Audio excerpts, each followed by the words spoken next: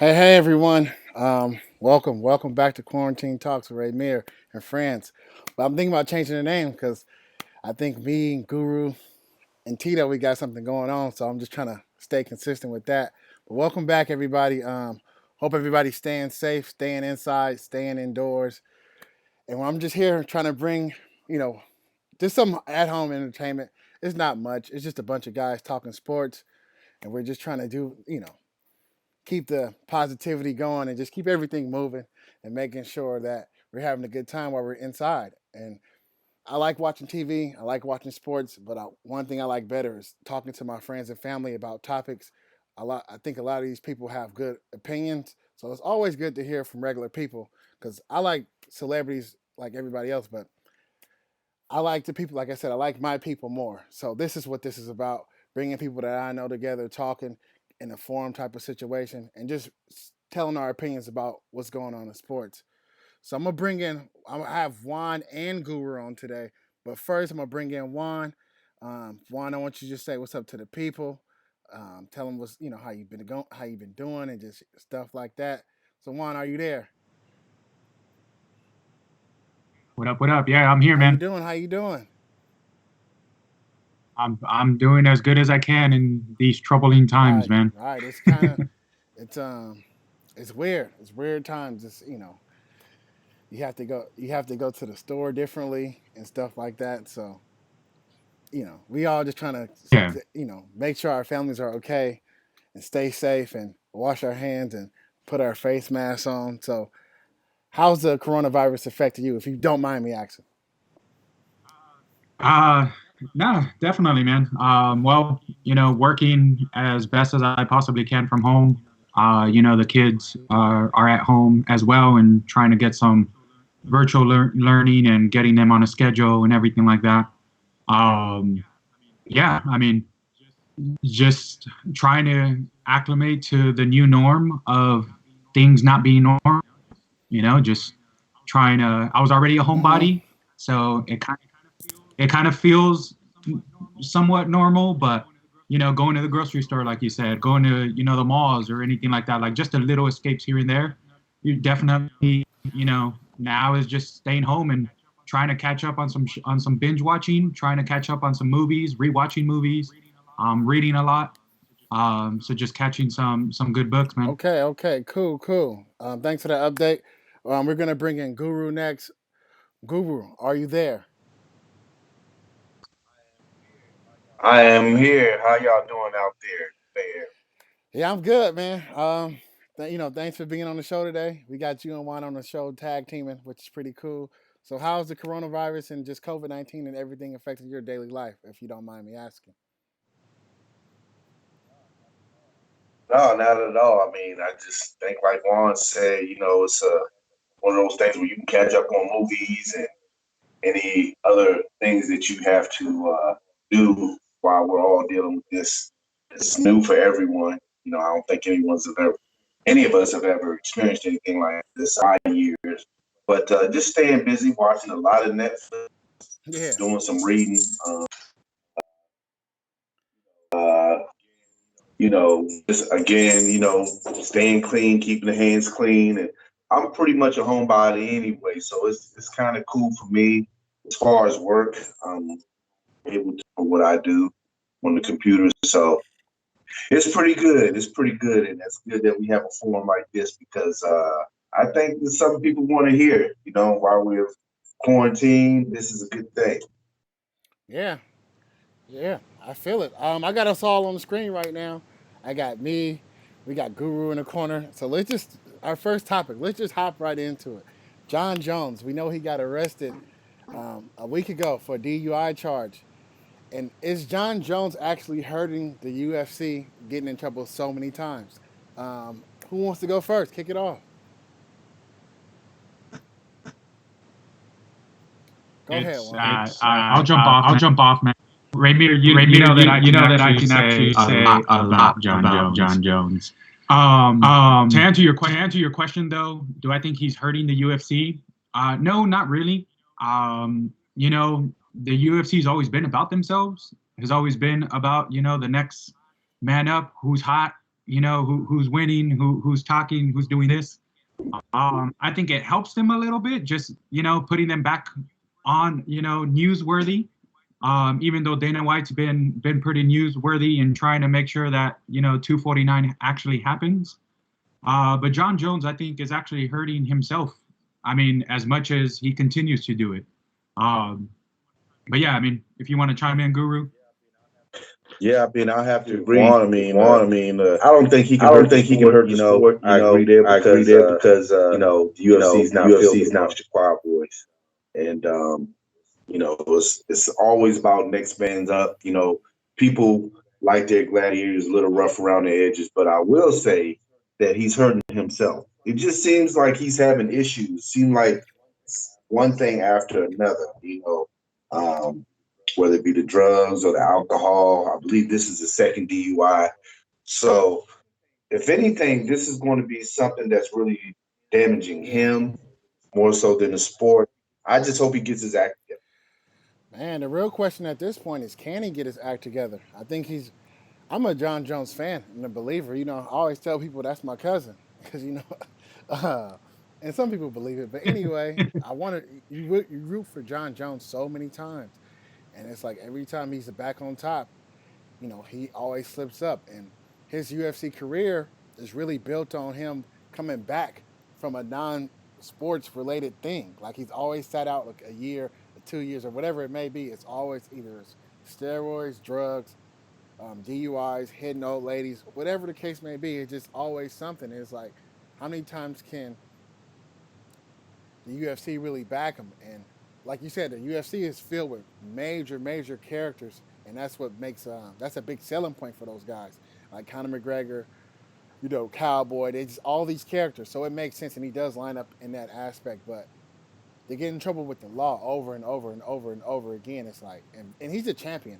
and he has to vacate the championship so many times. I think he might be he might have a record with doing that right now. So I don't know. I'm a John Jones believer, Yeah, but yeah, at this point, I'm kind of tired of seeing him doing a reckless thing. Like, man, we're at stay at home. You know, it's stay at home time. Like it's quarantine time, and he gets caught drunk driving. Like, come on, with a firearm in the car. Like, how how, how stupid can you be? What is you stupid? Because how many times does this guy have to get in trouble? Like he has a blessed life. He's like the best fighter in this division, and it's just these little things. And as a deep fan, I'm kind of getting tired of it too. yeah, yeah. I'm definitely not a fan. You know that. I mean, I respect his game. I respect what he does when he's out there and fighting. But yeah, I mean, I would be the first one to tell you that I think he's definitely a POS, man. Like, I don't know him personally, but after this, it's just he can't stay out of trouble. He keeps putting himself into these situations.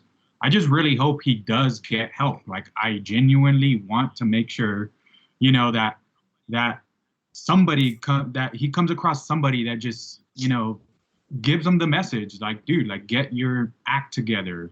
um you know he is blessed, he is gifted. At the same time, I mean, I think it's just pressure. I mean, some people just don't do well Yeah, with the pressure. I mean, he's on top, he hasn't been beaten.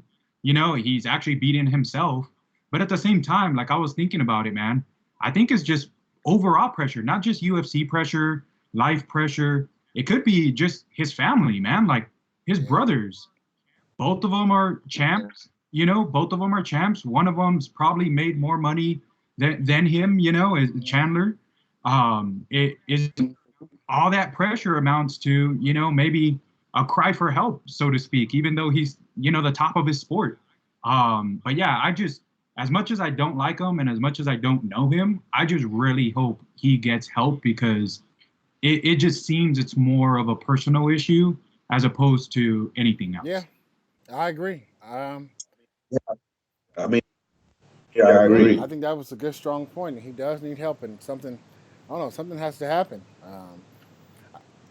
I'm at my last straw with him, being a deep fan like how I am. You know how I was at the last fight, really rooting for him, and felt like he didn't lose the belt. And it's like he's making all the fans of his deep fans really look embarrassed. Like DC, he must, I feel like he's crying right now because this guy's getting in so much trouble that they might just write him off in the record books, and all those DC matches he had is gonna get looked shunned upon or something like that.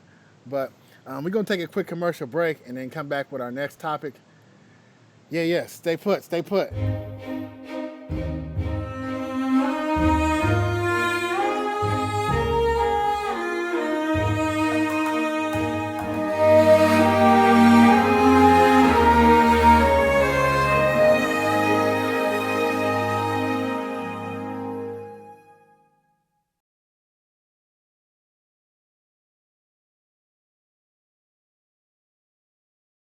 Okay, and we're back. We're back. We're back. We just left off John Jones topic.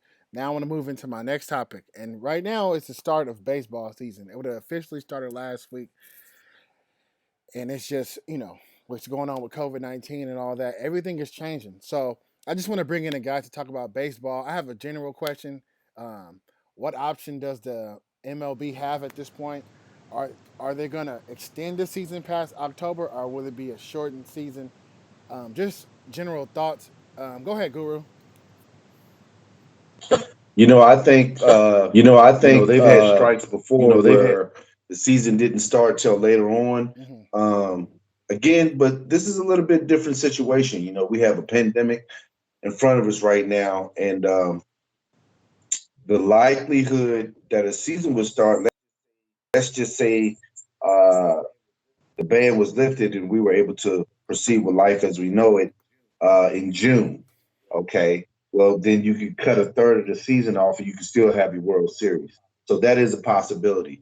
However, it needs to be lifted in June in order for that to happen. I think if it's not lifted by June with preseason, training camp, and spring ball and all of that, and getting your roster all together, I think that'd be very difficult to have a season if they don't have it by June. Yeah, that's a good point right there.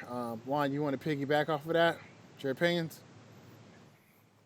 Yeah, yeah, definitely. I mean, it makes sense for June. I mean, I think it can go a little later, and a shortened season, um, I think would actually be ideal in this situation. I mean, as much as we all love baseball, I think everybody has always said 162 Yeah. games, plenty, plenty. So a shortened season makes the most sense. I know that there was most recent talks, I think as of this week that just passed, I think they were exploring possibly having fanless games in the spring training setting.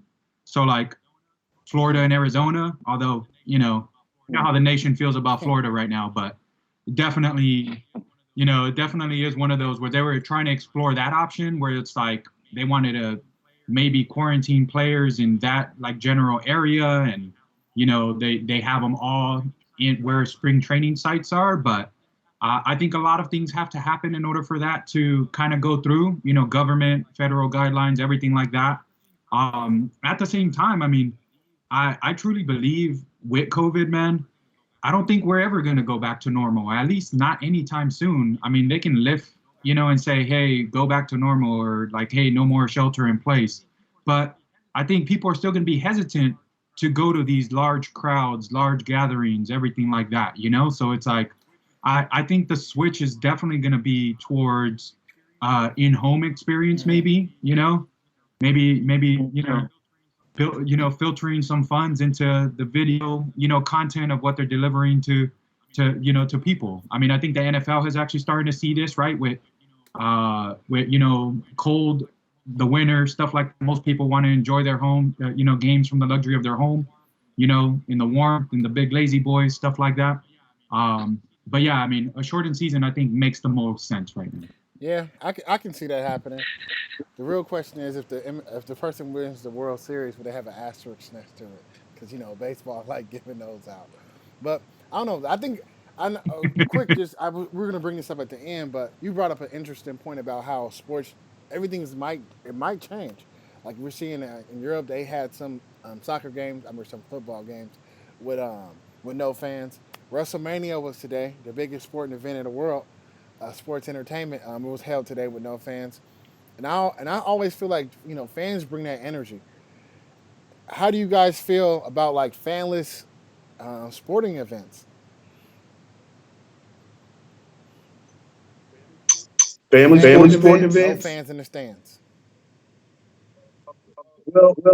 Famous sporting Sporting events. I events, I almost almost equate it to equated to like like when you're a when you're a teenager, teenager, right? And right? And you're you're playing playing 5 on 5 basketball. basketball. You're You're playing the playing intense intense basketball. basketball. The fouling and everything, and you're really intense. And guess what? No one's Hmm. watching. It's just 5 on 5. And I And I think the think the energy of the energy of the players to players to perform perform their craft their craft uh, outweighs the outweighs the audience. Believe it or audience. not, for because these guys love what Because they these do. guys Sure, it's love going to what be a they lot do. of. Sure, it's It's going to be a very lot of. strange It's because you very don't strange have an because you audience. don't have an But audience. like Juan was But saying, like Juan being was at saying, home with the being lazy at home boy, with the lazy boy, that might be what has to happen in order for these things to proceed. I don't know how that's going to work with football, but I know with baseball or like you said, WrestleMania, and the events can still take It's place. just not the same. The audience is the question. Yeah, Yeah. yeah, I feel it. I don't know. I don't think it's the same. Like I wish that we can. I mean, I'm not a doctor, but I wish they can really find out what's going on and really try to heal the world because these events aren't the same. Like we all ball out when we're in high school and a girl comes in that we like, we're gonna go crazy, and it's the same type of thing with fans. Like they see people, they see people in the stands cheering for them. It's no home and field. That's where home field advantage come from. It was rabid fans going crazy cheering for you, willing the team to go on. And now with this whole COVID-19 thing, people really don't want to be next to each other. And I watched a video today cringing of full stands. Like, oh man, I'm gonna let the first batch of people go out there and fill it up. Like, I'm not gonna go to the movies for about 2, 3 months after. But hopefully by football season, that all is it all. I don't know. I don't know. That's the thing. Nobody knows what's going on. Nobody really has the answers. So it's kind of difficult. Yeah. Yeah. There's some sports out there that can survive in that environment. If you want to say golf, tennis, like realistically, yes, we talk about home field Hmm. advantage, home court advantage. Um, but yeah, like there's going to be some people that thrive on that energy, and I completely understand that. Like wrestling is Hmm. actually one of those, right? Like wrestling, watching AEW, like they're putting on a phenomenal show with no fans, just the quality of wrestling. But it's there are individuals out there that feed off of that energy and thrive, but then it might actually introduce us to somebody else that doesn't have, that probably gets nervous or something like that. We're just like, hey, it could open us up to seeing what else is out there. Because if we really think of it, most of us are watching from home anyways. I wish I can get season tickets here and there, or go to every single game that I possibly would like Yeah. to, or anything like that. But it definitely is one of those where some of these guys will thrive off of it, but it is going to be weird to see if Yeah. we I go think around that. I think you spoke it earlier about how um, the four major sports are going to take the biggest hits because those are really fan driven. Baseball, I think sometimes. No, yeah, man, yeah. Baseball fans, hockey, banging on the cage. Like people are going to miss that atmosphere, but it's interesting to see what will thrive in this new world we live in, and how long will it last, and is it the new norm? I want to hop right into our next conversation. Speaking of crazy things and just crazy events, Alden Smith, linebacker slash DN, he he got signed by the Dallas Cowboys last week, and I think the deal was 1 year, 4 million. Um, Two questions: do you have a problem with the Cowboys signing Alden Smith, and what should we expect from Alden this year if they play this year? Go ahead, Guru. I'm gonna let you go because I know you're a big Cowboys fan. So we're talking about your team right now. So Oh, are you gonna represent for your team? it's 31 years old. He's been out of the league 5 years. Why not kick the tires on him? Because his body's fresh. It sounds like whatever he's been doing for the time that he's been off, he's been working on himself. And the deal is correct. It is a 1-year deal for $4 million, but the Cowboys have very little invested in this 4-year deal. So let me break down the terms of the contract. It's a 1-year, $4 million deal. Okay. $2 million is guaranteed if he's on the opening day roster. Okay. If he doesn't make the roster at all, the Cowboys part ways. They only paid him $200,000. So it's not like he's automatically getting that. I think for $200,000 to take a look in training camp and preseason, and then if he makes the opening day roster, sure. I mean, as a Cowboy fan, I'm all about second and third chances. I mean, this is what this man does for a living. It's what he knows best. And I'm excited for him, to have the opportunity. What he has left, look, we don't know. But I tell you this, if we get 8 sacks out of him, I think that'll be a plus for him and certainly a plus for the Cowboys. So I like that. I like the fact that he's coming back. I'm always about feel-good stories. I just hope that his problems are behind him. Feel-good story. Aldon Smith I'm a Raider fan, and I seen the quick potential he had when he played those few games with the Raiders. And as far as the Dallas Cowboys, I'm not surprised they brought him in. Let's just put it out there. We just talked about the UFC earlier.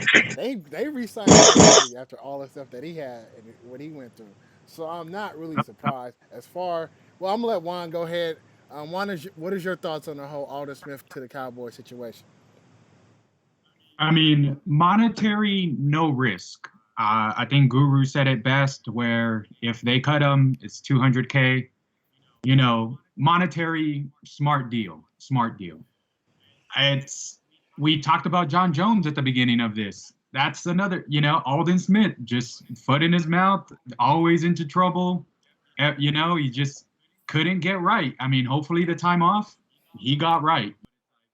But it's like, you mentioned somebody that rang a bell, Greg Hardy.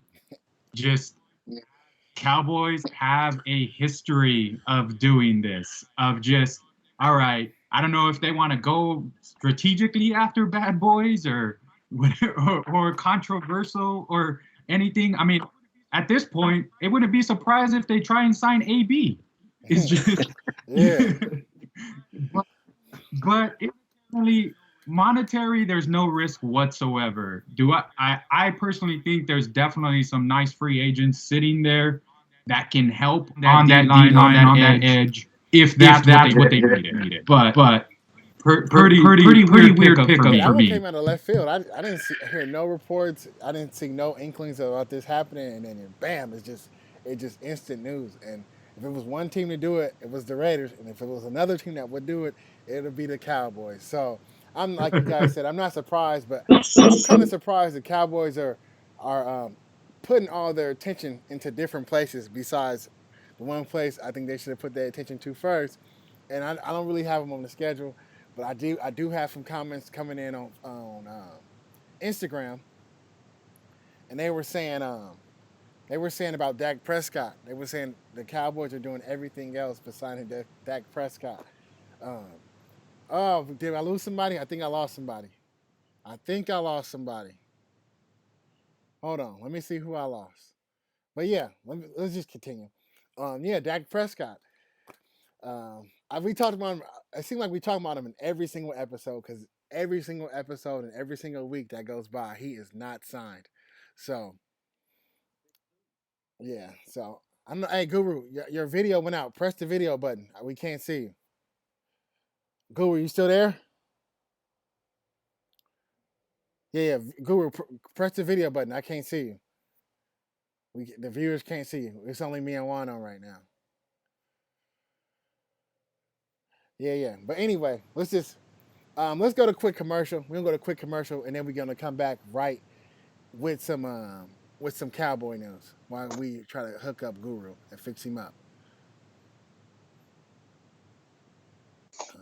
Here we go. An upgraded version of the Xiaomi Mi M365, the world's most popular entry-level scooter, has recently become available in the United States. The upgraded version is the Xiaomi M365 Pro. Though it looks nearly identical to the original, the Pro is slightly larger all around. It has a stem that is about a ½ inch taller, handlebars that are a ½ inch wider, and a larger deck that is 2 inches longer and a ½ inch wider. The wider handlebars, taller stem, and larger deck puts you in a more comfortable riding position. The larger deck stores a 474 watt-hour battery pack. This is 70% larger than the original. Due to the larger frame and battery pack, the Pro weighs 31 pounds. This is 4 pounds more than the original M365, but makes the scooter only slightly more difficult to carry. Much of the original M365 design, including accelerator, tires, brakes, and folding mechanism, remain the same. A welcomed addition to the Pro is an LED display that shows speed, battery capacity, mode, lights, Bluetooth connection, and error status. Overall, the new Xiaomi M365 Pro scooter is a welcomed improvement on the original. Thanks for checking out this Xiaomi M365 Pro first look video. Make sure to smash the subscribe button and give us a thumbs up. Stay tuned for the complete in-depth Xiaomi Pro review.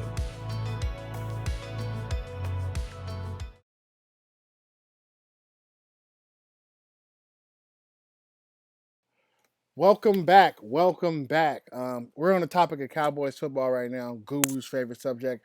I know we got Will in the comments, big Cowboys fans. Will came on the show last week. I got a lot of messages from Cowboys friends. They said we need somebody to bring the Cowboys heat. We got Guru on here. We will bring back Will when he's ready. And we also have a special guest, Clash Johnson, Hotbox Kev, will be on here next time. But while we're on the subject of Cowboys football, Amari Cooper, Rex Ryan, let's just run the little segment, and we'll talk about that when we get back. Well, I agree with Dan on the fact that I wouldn't have paid this guy. To me, this is the biggest disappearing act in the National Football League. He doesn't show up on the road. He doesn't show up against, when the competition's good, when he's against the top corners, that guy disappears. And to me, he reminds me, it's only one time that I can remember in recent memory on elite receivers and disappearing acts like Amari Cooper. That was the kid that the Raiders had a few years ago. Oh, that's right. That was Amari Cooper. This is who he is. And Dan, he doesn't love football. Hell with it. He stops his routes. He does all this. I wouldn't have paid this turd. No way in hell. All right. No way in hell would I have paid this guy. To me, you pay Dak Prescott. Forget all those numbers. That, you know, they're number one in the league because of Dak Prescott, not because of this guy. It's a deep draft at receiver. They made a huge mistake right here. Wow, those are some explosive words from Rex Ryan. He called him a turd. I don't know what turds look like, but that might have been code for something else. I don't know. But do you guys think Rex Ryan's comments about Amari Cooper was out of line? And I know the next day Rex Ryan issued an apology. Should Amari Cooper accept that apology? We're talking Cowboys. Google, we're going to still let you go. No, we're going to go back to Juan first because we let you go first last time, Guru. So, Juan, any thoughts on Rex Ryan comments about Amari Cooper? I mean, I don't agree with him calling him a turd. I don't agree, with just his overall sentiment on him. I don't think Cooper is worth the $100 million, but it vastly overpaid in my opinion if we break down numbers. But I also think his apology wasn't sincere. Like, that's Rex Ryan. I mean, he used to coach the Cowboys. It's like he knows what Jones wants, but Rex Ryan just wants to be Rex Ryan. Like, he's gonna say what he wants to say. He's gonna do it. So I don't think Cooper should accept that apology, but I also don't think he deserved that contract. But that's neither here or there. We're talking about Rex. Yeah, I don't know. I think Rex Ryan was wilding. I'm just going to talk about how I talk. I think he was wilding. I think it should be some point where Amari Cooper checks him in person. I know we have to stay 6 feet away. We're in quarantine times. But sometimes these sports anchors get out of line with the comments they say, and they call a man a turd, basically a piece of And I'm not no AC fan. Like Amari Cooper, he plays for my team, or we drafted him originally the Raiders, and he really gave us a few flashes, but then he kind of sold it. He kind of quit on the team a little bit. And then when he went to Dallas, he got rejuvenated, got the chain, whatever. He's a big Dallas guy. And I think the real conversation with Rex Ryan came from how much money he got. $20 million a year. They said, did he deserve it or not? So that's where the comments come from. But all these guys, these superstars, all celebrities, they're people. And as a man, if a man really come at you crazy and talk all this nonsense, call you a turd on national television in front of millions, because all the millions of Americans are at home right now for everybody to see that, I think Amari has to feel some type of way. And I don't have the clip of his apology, but like you said, his apology was half, A double snakes. So it's like, I don't know, Guru, how you feel about this, Guru?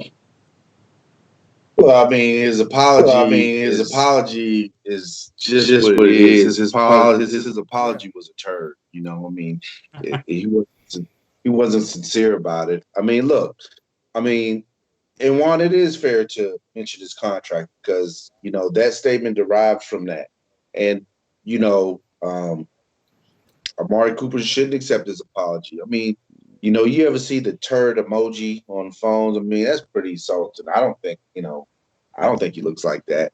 Now, whether he felt like he deserved that contract or not, it's a different story. I'll say this, his numbers have been,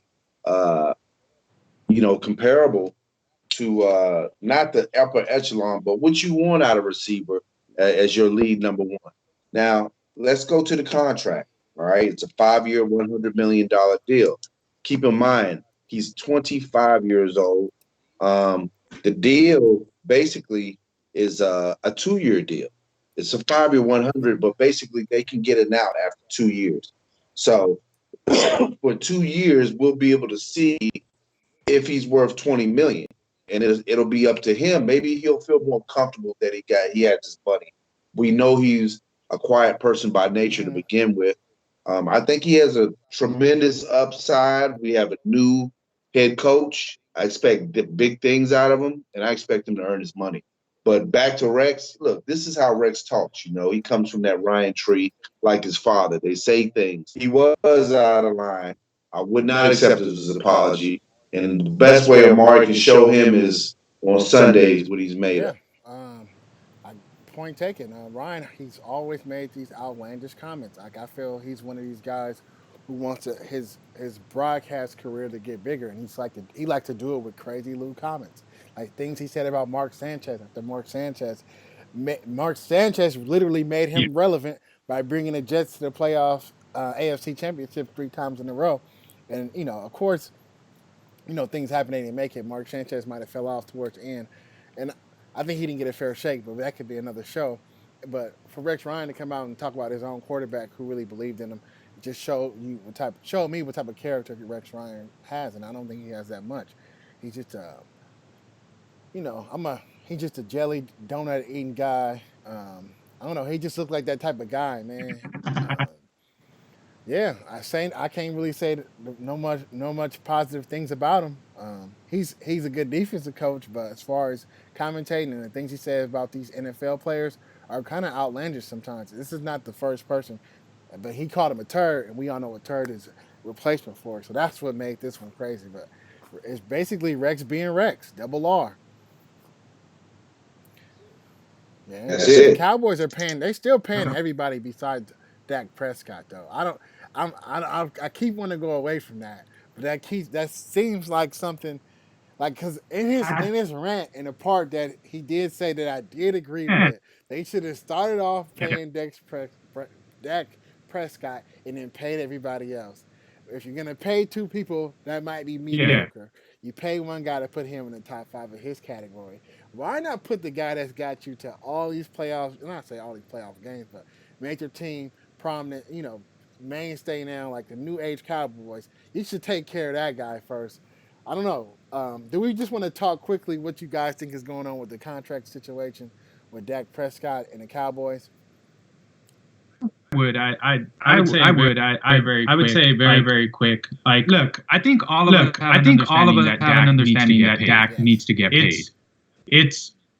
the question is how much does he need to get paid, and that's the real kind of debate, right? Like, it's the Cowboys offer has been substantial from the reports that have been out there, but there's also the Dak thinks he should be in the 40 mil range, and it's like if that's not going to happen, then guess what? There's some blame there on Dak's part as well. Like, it's not like the Cowboys, at least the reports, right? I think the last report I saw was like 33 to 35.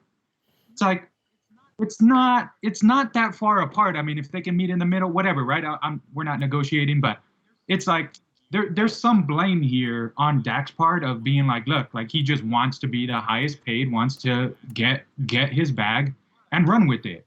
But at the same time, I think everybody's in agreement that he needs to get paid. I mean, what's this report of, the leak of Jerry Jones, interviewing Jalen Hurd? It's like, oh, it would make sense if they don't want to pay Dak to draft another quarterback, but it definitely is one of those where I think we all agree that Dak should get paid. Is just how much. Yeah, that's a real interesting thing you just you brought up, Juan. Me and that was going to be one of our next topics is about the NFL draft and what's going on. So, Guru, I guess I'm gonna lead it to you because I know you really wanted to talk about this Jalen Hurts thing. So, how do you feel about the draft and the Cowboys draft and just NFL overall with the draft? Well, I think it looks good for him because one, Cowboys do need another good quarterback, and the name that I keep hearing pop up is Jalen Hurts out of Oklahoma. And I can say this about Jalen Hurts. A lot of not enough people talk about him in his draft process, but I'll be here the first one to tell you that I gave him a first round grade. I think he's a top 15 prospect. If I was a franchise, I wouldn't draft him any less than 15. I mean, he's played in 2 college systems. He played at Alabama, and where you don't throw the ball a ton, and then to go to Oklahoma and put up the numbers that he did showed me that not only could he master 2 offenses, but he's played against the best talent that college football has to offer. Who was already in the NFL. I just think that his transition will be a lot smoother. With that being said, I heard the Cowboys are really looking at him strong. I don't know if this is a ploy for the Cowboys on Dak's part. I think that should be irrelevant, but quarterback is where we need a lot of help. And Jalen Hurts, I feel like fits the bill. I don't know why people are not talking about him enough. I mean, hell, how far do you have to throw the ball? I mean, everyone has their own throwing motion. He has what it takes. And as far as the contract with Dak, listen, he wants a 4-year deal. The Cowboys want to give him 5. He wants something to where he can hit the market again when he's 30 years old. The Cowboys want to tie him up to where he can't hit the market sooner. When you see Ryan Tannehill have a 4-year, $118 million, $62 million guaranteed as signing with another $30 million in guarantees. Listen, I'm not having a discussion less than what Jared Goff gets or Carson Wentz gets. If you can give him that right there, those numbers, then I'm fine with that as a diehard Cowboy fan. But I don't think he should accept a dime less. He's worth that.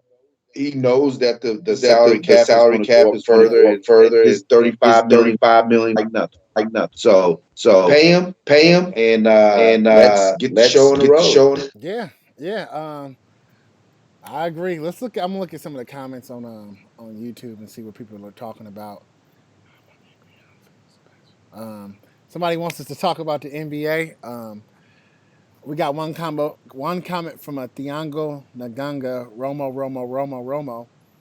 I don't know who this guy is, but he's really, really a rabid Romo fan. I know who he is, but he's Romo is done. Let's just talk. Romo's era is over. Let it go. You like me talking about the '80s and the Raiders? It's over. Romo is getting paid Amari Cooper money to sit down and work 3 days a week. He's never coming back, so I don't know why we have comments on Romo. We also got Marcus in here, and Marcus, I don't know if you want to call in or not and talk basketball real fast, but he wants us to talk basketball. Give us let us know what you want to talk about basketball. I know you probably want to talk about the Lakers, but I'm sorry to say if the season is over, this season is basically a watch. Let's talk about the NBA because they might just cancel everything, and what kind of what would it say in the record books if we don't continue with this season? Yeah, I mean, the season would be a wash if they were to cancel. I think the most recent thing that I read was that most sports are thinking about no fans, right? Like, how do we do this without any fans impact or anything like that? The last thing that I read was NBA was looking into Las Vegas, kind of like the summer league type vibe, where it's like all these major sports are looking into how they can quarantine or confine every team to like one general area and hold tournament style basketball or something like that. I'm for it. I don't think they should cancel. I still think that, there's enough games. I mean, the lockout year, right? I mean, the Spurs won the championship on a 50-game season. I mean, it was regular playoffs, they still played their regular amount of games. But I mean, there's no asterisk there. I haven't heard, anybody take anything away from the Spurs, what they've created at the start of their dynasty, right? Where it was just like in order to do that. So if the season is canceled, I do think it's washed. I do think that they figure out a way to at least have some sort of playoff format and may the best team win, because it's going to be interesting, man. I mean, everybody talks about load management. We're in prime time for everybody to have load management. Yeah, I think right now the NBA is so bored. They got players playing 2K on TV, which is trash. Go ahead, Guru. Anything about the NBA? Because we're going to talk a little bit about the draft. I just NBA is such a sport where you have to be in such good shape, because you're running a couple miles during the course of a game, that, because of the players are quarantined, just like the strike, like back in 99, I think it was 2000, whatever, players get out of shape quick in the NBA, I mean, quicker in the NBA because they're not running, they're not going through their regular practices.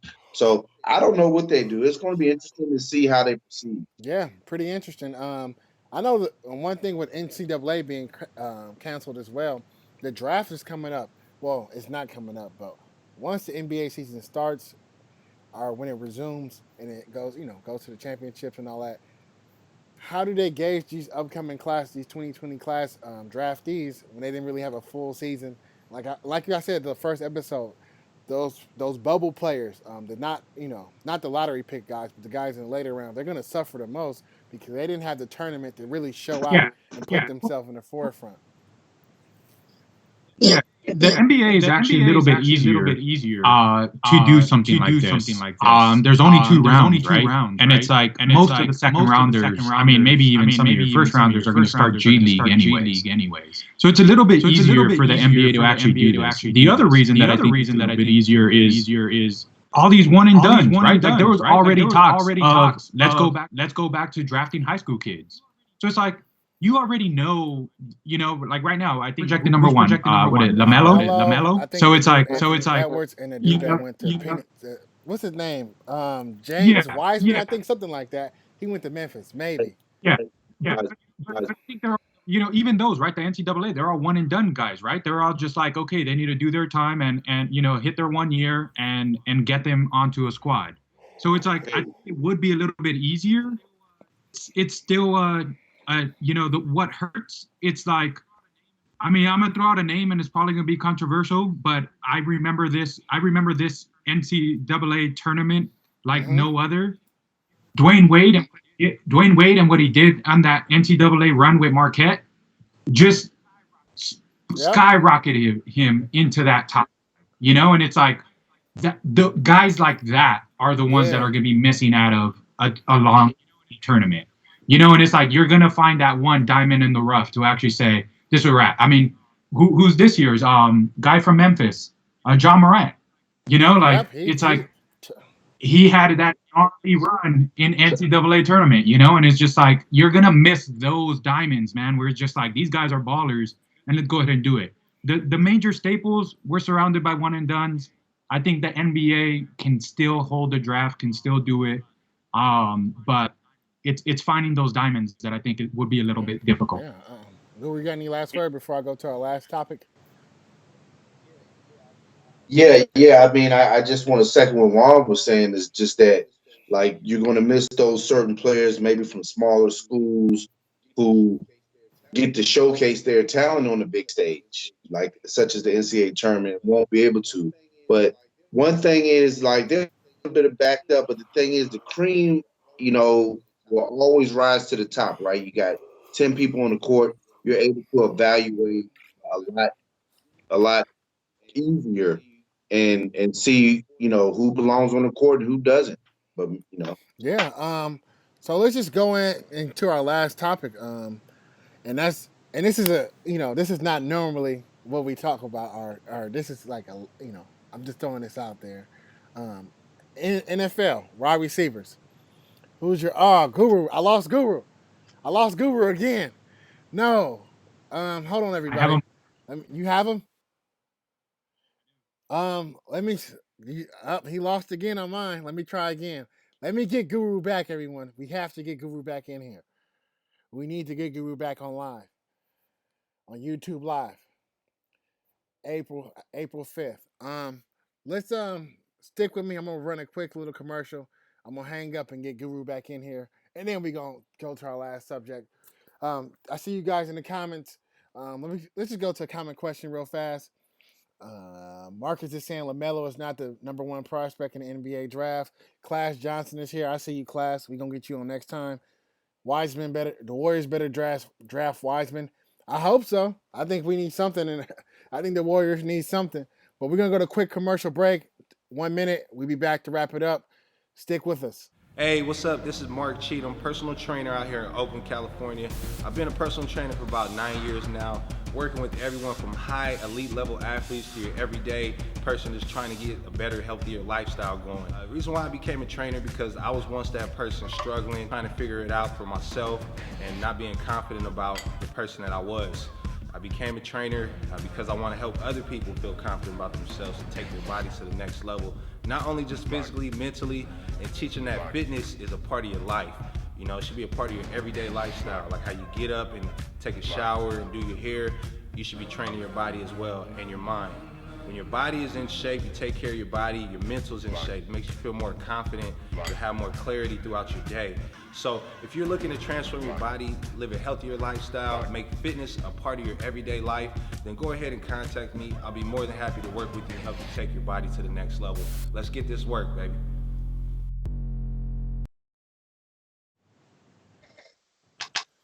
Okay, we're back. Last subject of the day, and then we're gonna let you guys go. You wonderful people who stuck with us this whole time. Last subject, we're talking about NFL top wide receivers. We're gonna have a whole episode full of top fives. So right now we're just gonna start it off with everybody's top five receivers. The top five receivers in the NFL right now, and are they all time worthy? Juan, I know. Yeah, I know you picked out this subject, so we're gonna let you go first, and then with your top five, and then we're gonna go with you, Guru, afterward, and then I go last of my top wide receivers. Yeah, definitely, man. I picked right now. I know that we were talking and it was like top five of all time, and I'm like, nah, I think right now would be the best way to go, right? It was actually pretty damn hard when I started to look into it. I mean, I had a clear-cut three, and I'll start off with those clear-cut three. For me, number one is can't guard Michael Thomas from New Orleans. Yeah. That's my number one. Number two, I kind of switched these guys back and forth, but I'm gonna go number two, DeAndre Hopkins, D-Hop. Number three, I got Mr. Jones, Julio Jones, man. Four, this is gonna be a little controversial, but I just like what he brings. I love it. I love his routes. Keenan Allen. And number five it was a toss-up between two guys for me, but I'm gonna lean with just stats-wise, OBJ. Yeah. Okay, I like Cool.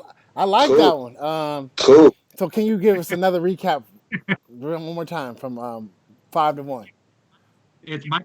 Michael Thomas, Mhm. D-Hop, Julio Jones, Keenan, Okay. OBJ, and OBJ's number OBJ. 1 or number 5?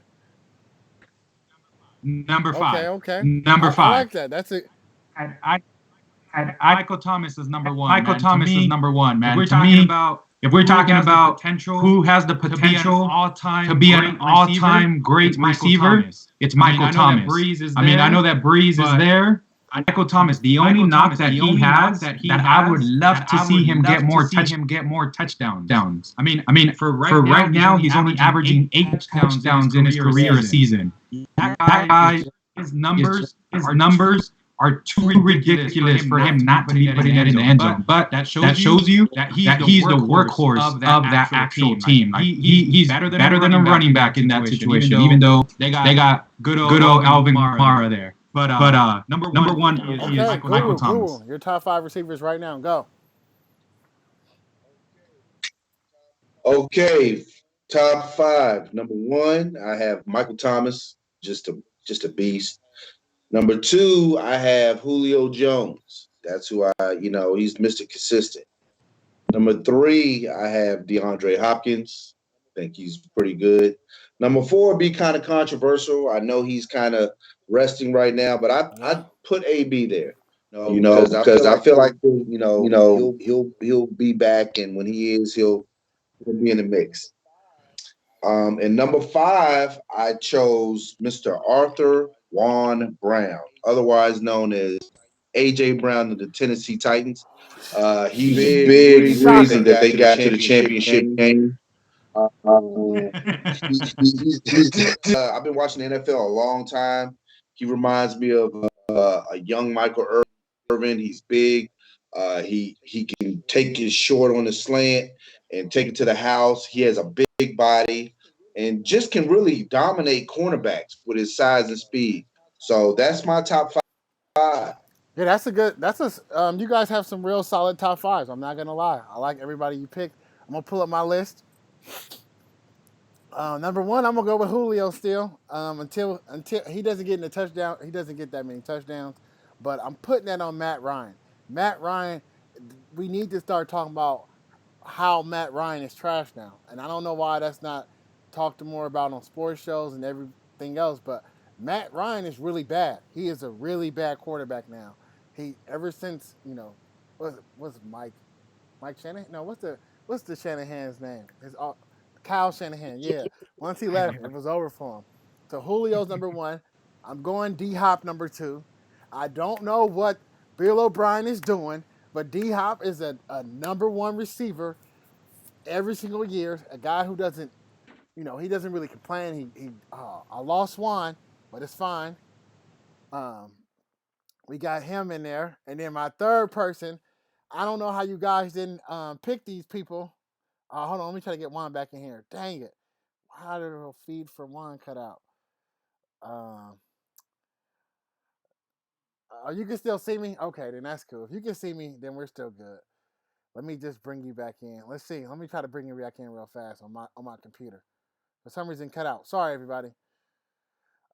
One.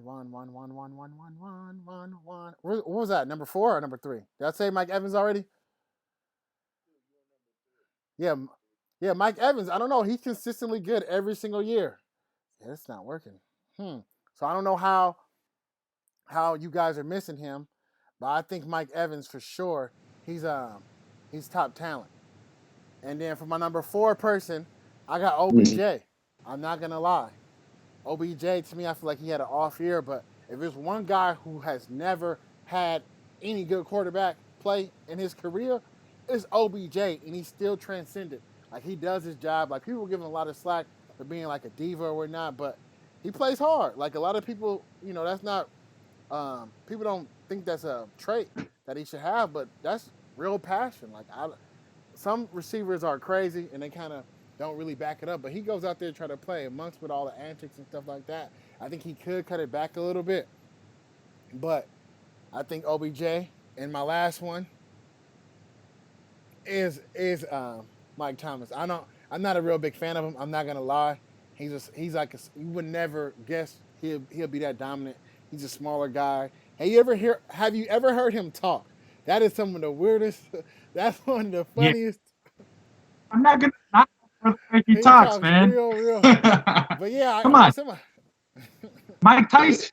Come on, Mike Tyson. You know, small little. You gonna knock him for the way he man, talks? Come on. I'm a cold piece. I'm trying to see. Oh, Juan, press the camera button on your phone and see if that cut it off and cut it back on. And see if that'll work for me. I need to see. Yeah, talks for Juan. Let's see. Let me try again, guys. Let's get Juan back in here so we can see him. So we can see Guru, but we cannot see Juan for some reason. It's cut. Juan. Nope, still Guru. Yeah, because I need you guys to tell me who you guys think would be an all-time great. I'm gonna just call y'all right back. Hey everybody, I'm still here. Guru's paused right now. He'll be back, so don't fret. He'll be back. But yeah, let me see in the comments who you guys have as top 5 receivers. We got Thomas, Jones, Hopkins, Evans, Adams. I don't know, Alvin. I'm feeling you on Adams a little bit, but he kind of fell off this past year. I think him and the Packers didn't do as good as they were supposed to. They kind of fell off. So I'm docking him for right now. I don't think that he's a top talent in the league no more. Yeah. I'm not a big believer in Adams no more. Like, I know he's a Bay kid. He's from out here, but I think Adams fell off. So I have to penalize him. Guru, are you on the call? Guru, get on the call, Guru. Guru. I got you, but I don't have Guru anymore. Guru, you on the call? Guru. All right, I got you one. Oh man, we're losing people. Hey, but out of your picks, who do you feel like can be an all-time great?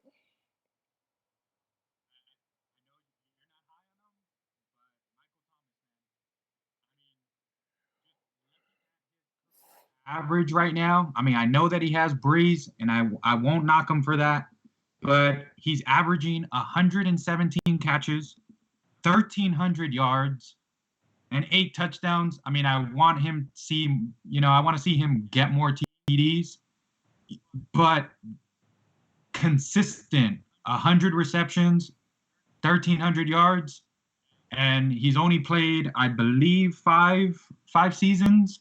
So it definitely is. I mean, he is 27, so he did stay in school a little bit longer.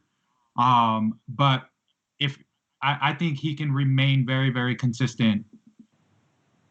I see him being up there, man. Yeah, I mean, I don't know. For some reason, I'm just not the biggest fan of Mike Thomas. All right, here we go. Is this Guru right here? Hold on. Oh no, we got cut off, everybody. We got cut off. Yeah, the show was a mess tonight. We're trying to do this double call. We're calling people twice, but it's cutting off Guru and it's cutting off Juan. I got Juan back, but now I lost Guru again.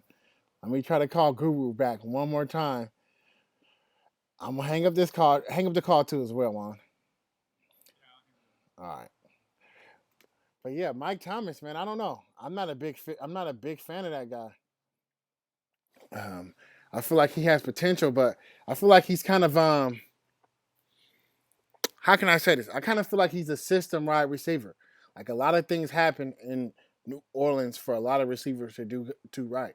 Like when Marquise Colston was, he was a big slow receiver, but when Marquise Colston got to New Orleans, he had all these record breaking numbers as well, Juan. Are you there, Juan? Guru, are you there? Oh no, Gurus must be gone.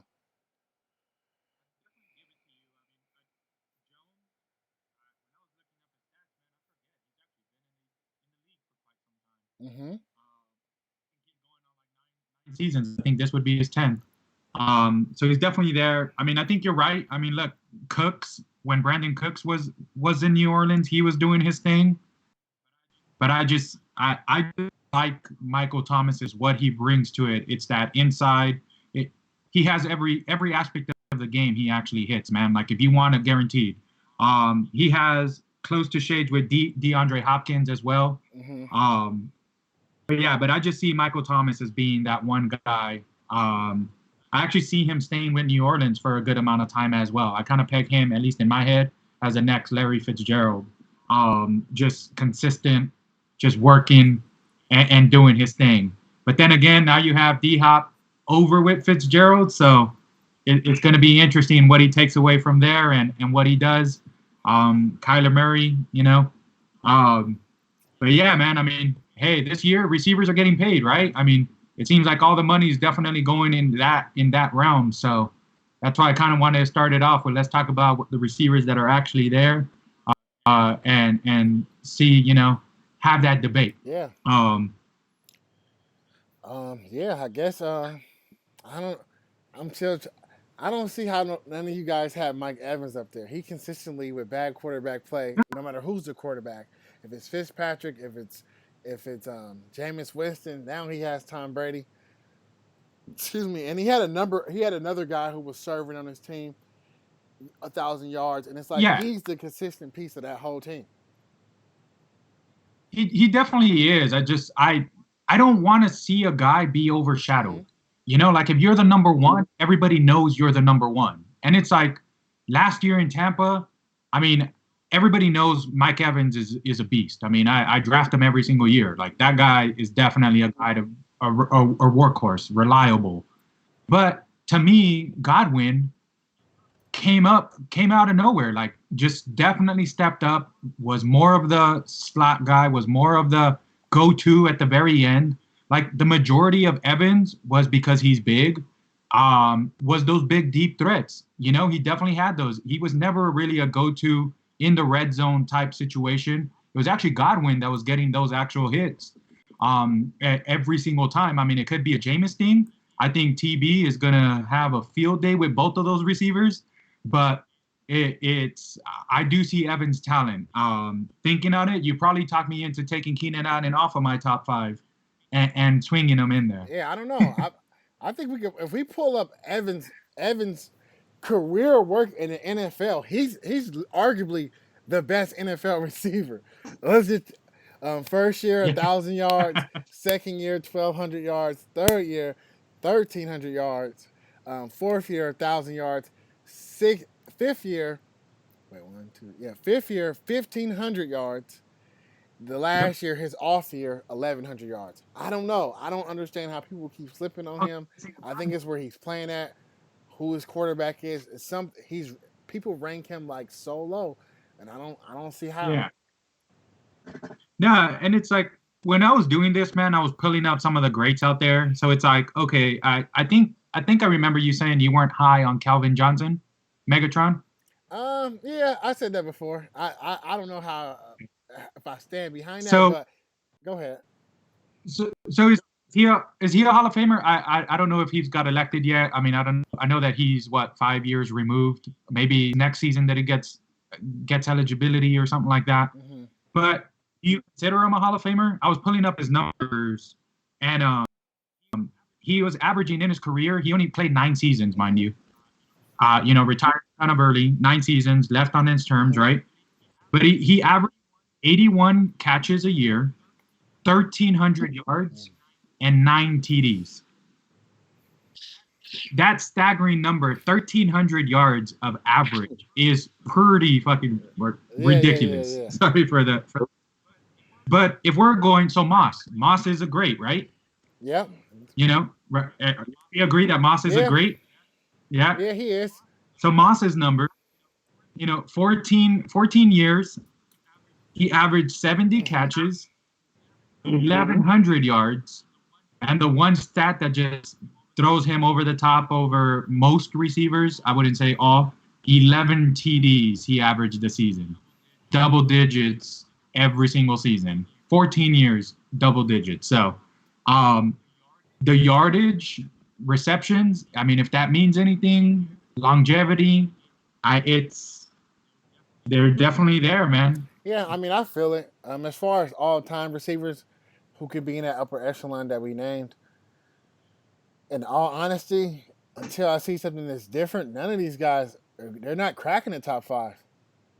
I guess I should think about my top Yeah. 5 really, but the top 5 receivers of all time, we got number 1, the greatest player of all time, Oakland Raiders stud Jerry Rice. We got Jerry Rice up there. Yeah. Number 2. It's also Yeah. right. Number 2, we have. I'll put. Number 2, I'll put T.O. I'm never not gonna go T.O. I was a huge T.O. fan. I bought his book. I bought his book when I was in college or when I was going at the time. I read it. So T.O. to me, he's one of those guys. I arguably think about putting T.O. number 1 because some part of me think that Jerry Rice is a system wide receiver. I don't. We can get into that deeply with the Niner fans if anybody wanted to come to debate me about that. But the West Coast system was new when it got implemented, so of course those guys had great yardage, great team atmosphere. So T.O. Rice, I'm gonna go Moss. I'm not the highest on Moss. He's a freak athlete. They called him the freak. Only time he stopped freaking is when he came to the Coliseum, but whatever. He pouted, left himself on the team. Yeah. But we're not talking about personal. I guess I should leave it out of it. Number 4, and this is not a shocker, but I might put Larry Fitzgerald in number 4 though. As far as being a receiver and just changing the game, because I think he kind of fits that Chris Carter mode where he came in and he really changed how the receiver position was played. So I'm gonna throw Larry Fitzgerald up there. Yeah. And I'm trying to think my 5th person. Who was my 5th guy? I think I was having trouble with my 5th guy. Because naturally I want to put Tim Brown at number 5. And I'm gonna do it because that's what we do. We put Timothy Brown, 81 Heisman Trophy winner. Yeah. Notre Dame. We putting him number 5 of all time. There. If anybody It's your show. can name. If You anybody can can take name any star quarterback Tim Brown had of his career compared to these other guys, gladly let me know. He had Rich Gannon when Rich Gannon was a turd. Nah, he wasn't a turd, but he was an OG. Yeah. So No, we gonna put Timothy up there. I don't care where they at. I'm a Raider to LA to the Bay to Las Vegas, man. There's somebody you left out. There's somebody you left out. You mentioned them, but I would actually put Chris Carter above Fitzgerald. Sorry, Fitzgerald learned everything from Chris Carter. The pit days, he went to go work with them off season. He just took everything from Chris Carter. To me, Chris Carter laid the foundation to who Larry Fitzgerald actually is. Just Mr. Consistent, Mr. Longevity. So I would actually put Chris Carter in my top 5 in there. I'm not with the nostalgia act, man. I'm picking Chris Carter for who he is as a person off the field right now. Say that one more time, man. I can hear you. Tim. What'd you say? I can hear. I said no, Tim Brown. I'll give it to you. You can have your top 5. Hey. I don't argue with mostly anybody there. Hey, let's see what somebody said in the comments. Let's see if we got any comments on this. We got Alvin, Yellow Beanie. He says Rice, Moss, T.O., Carter, and then Fitz. So his list has Carter and no Tim Brown. So I don't understand how that happens. But like I said, Chris Carter, honestly, before Mawson was Mawson, Chris Carter was what people were doing, the tiptoe drag. He was the original, what's they call it, toe tap Tony? Yeah, he was the original guy with that. Yeah, no, he definitely was, man. He knew that sideline very, very well. He kind of perfected it for actually having. Question though, so no Irving in this? No. Nope. We don't have we don't no got Irving. No. Nope. You talk. If you mention Michael Irvin, I'm gonna just start sweating. That's what type of. Forget it. I done went off the rails. Now, Michael Irvin is a great talent, and I do believe that he is a top receiver. But I don't know. Some part of me just leave him off. Like he has the rings though, and he was a great big part of the Yeah. organization. But Um, he had I would- modest numbers, and when he was away from like his glory days, like these other guys have like long careers with washed quarterbacks. So I can't really think of other quarterbacks that Yeah. Michael Irvin played with and balled out with besides Troy Aikman. Like, let's take my top five. Who was it? Jerry Rice. He had great quarterbacks, so that's why he's asterisk to me. But at some point, he went to the Raiders, and I guess Jerry Rice he's been a blessed receiver. Those last couple of years when he went to Seattle and all that, Yeah. that don't count. But he's a blessed receiver. But number two, Moss. Let's see, Jeff Garcia. He had Steve Young for a little bit. Donovan McNabb was okay, but he went to Carson Palmer, got 1,000 yards. He went to the big star, Tony Romo. He cried for him, man. That was his quarterback. We have to. I would like to do a show about why T.O. needs more respect. People just don't like who he is as a person, and it's like as an NFL media person, they should have put that aside. Like a lot of these guys are kind of like iffy, and I think the only reason why he got in the Hall of Fame is because Randy Moss is up, and if you let Randy Moss go in before T.O., that's blasphemous. Like they were not gonna do that, and that's why T.O. takes his stand. And he went to the Bills and had a good season. Like who J.P. Losman was the quarterback? Maybe I think. Yeah. Moss, he's a transcendent talent, so I'm gonna give it to him. He was blessed with some cool quarterbacks, but at the end of the day, any quarterback throw the ball up in his vicinity, he's gonna catch it. So I will give it to him. So who I have for Larry Fitzgerald? I can't even think of who his quarterbacks were. Like, I can't even think. Like who is this? Warner. Jake the Snake Plumber, Yeah. maybe? No, it's you had Kurt Warner, you had Carson Palmer. Now the whoever, so Kyler Murray, but then again, I mean, I actually don't think that he meshes well with Kyler. No, I don't either. You saw Kyler going to other targets, Christian Kirk. Now D-Hop. I don't think that a mobile quarterback actually lends itself quite, into Fitzgerald's game, but I won't take anything away. I was looking at comments, and I think Alvin mentioned Marvin Harrison. He's respectable. He's respectable. That's why people like him. Then He's again, a respectable guy. Peyton. But like you said, Peyton Manning. Of course you're gonna Reggie Wayne. Who else? Austin Collie was a good receiver they had. Like he turned these guys out. Pause. But he turned. Marvin Harris is a good receiver. I'm not gonna. He just didn't do nothing after Peyton Manning. Sometimes I think when you're great, or you want to be an all-time great at your position, you have to do great when everybody else is gone. That's why I'm thinking Michael Irvin right now. Is because Michael Irvin, I can't think of no other quarterbacks he played with and was still great with. These other guys were great with bum quarterbacks. Like they literally could have had me at the age of 24 throwing deep bombs, 80-yard slingers, and they'll catch them because they're just great receivers. I think we should top fives and top tens is everything that I like talking about. Like I'm like this close to want to talk about another top five and just see who we can go with. What's another position that this is still? I guess we should save it. Top quarterbacks are easy. I think number one is Tom Terrific. I don't care what nobody tells me. I'm gonna go with him. He has the hardware.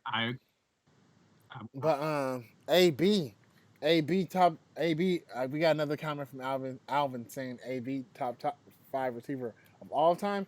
He could be, but he got a lot of off the field antics that's gonna dock him. And like I said, you can't really judge that type of things, but he did some things to mess up his team. And once you do some things that really destroy your team, I sound like Floyd Mayweather around. Academic going on right now. But anyway, when you do if you take away AB, so I got some AB stats, man. If you take away last season, obviously, last season is when, stuff turds really hit the fan, right? and he was at, or his average is 93 receptions, 1,200 yards, and 8 TDs. And he's been playing technically 10 seasons, but nine real seasons. Those are monster numbers there, man. Like just reception usage rate, yardage rate, high numbers. So he could have been transitional, man. Like he could have been next. It's just a matter of does he bounce back after all this craziness. I think he can. Who's gonna roll the dice, right? Smith is back in the league, so I don't put nothing past anybody. And AB has a lot of. He's a good productive player. Like it was pictures of him working out with Lamar Jackson and his cousin Hollywood. So I mean, I can see him with the Ravens. That'd be a good pickup for them. Yeah, they came out and said they weren't going to sign him though. I don't know who their GM is anymore, but they came out and made a comment afterwards and said that they weren't going to sign him. Just because the reason he was training with them is he was training with his cousin, Hollywood Brown. So Hollywood Brown was there, and there was actually a recruit, Judy, the Alabama kid. I mean, he's kind of to go to you guys actually. You guys and the Niners are actually tied to him at either 12 or 13. But yeah, I mean, the NFL is a funny business though, man. I mean, off-field counts to them. I mean, it's just all these antics, all this funny business. It all counts to them, man. And it's just like it's gonna be interesting. My real question, the real character of the league I'm waiting to see is when Ben Roethlisberger retire. What are they gonna do when he gets up to the Hall of Fame? Are they gonna forgive him, or are they gonna penalize him the same way with his off the field antics? Because I think they already have, man. I mean, the writing's on the wall. They already have forgiven him, for dumb things, right? Like, guy has a new face, all the the bathroom allegations. I'm gonna throw it out there. Like I didn't even want to say allegations. I don't want to say allegations because looking at them, I mean, I don't know them, but they're not allegations. That guy did it. Yeah. Well, put it out there. Put it out there. Looking at him, that guy did it. But it, breaking news, that guy did it. But I think they already forgave him, man. Two bowls. The numbers that he has, all the accolades. The non-sack numbers, the running, everything. Like, I think he will get first ballot for sure, dude. But that's just because the writing's on the wall. That's just how they function. Unfortunately. Yeah, that's unfortunate. I guess we've been past an hour. I guess we're having a great time. Too bad I couldn't get Guru back in here because Guru was bringing some good stats. You guys, we will be coming back the next couple of days, probably Wednesday or Thursday.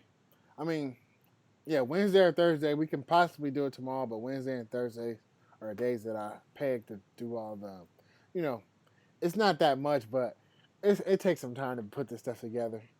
Juan, we can still see you on camera. I still have you on there. Any last thing you want to talk about?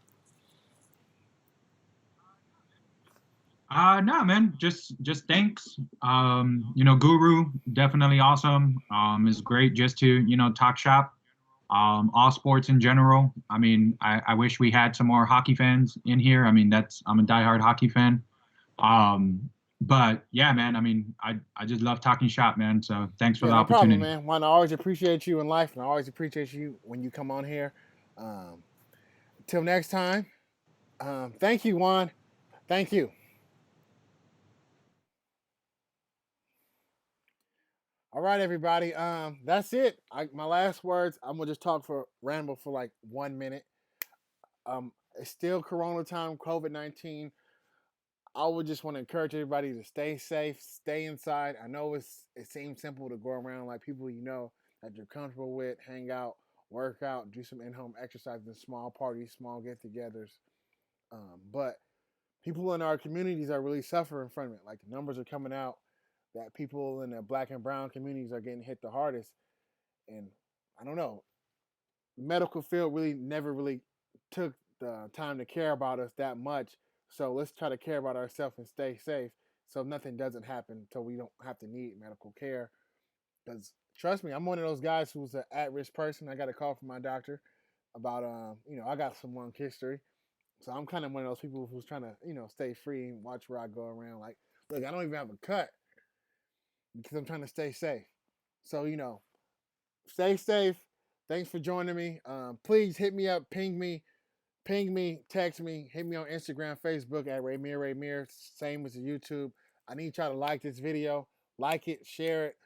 I know we get a ton of rewatches, and I get a lot of comments after we go live. So let's just keep going, keep it growing.